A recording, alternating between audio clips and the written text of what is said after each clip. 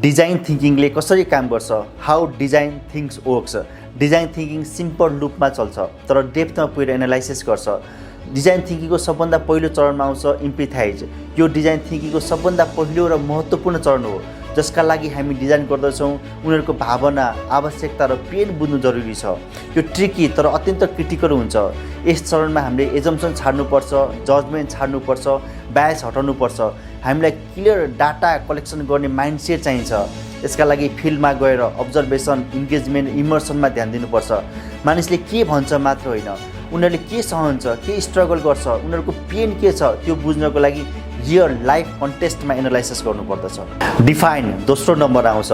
जब हामीलाई वास्तविक समस्या डिफाइन गर्नु अघि प्रब्लम, समस्यालाई ध्यान दिनुपर्छ।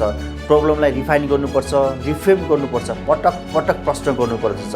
जबसम्म हामीलाई कुन समस्याले वास्तवमा समाधान गर्नुपर्ने हो भने थाहा हुँदैन, हामीले पटक पटक प्रश्न गर्नुपर्छ। यस चरणमा insight, Unmade net, behaviour pattern proper validate गर्नुपर्दछ।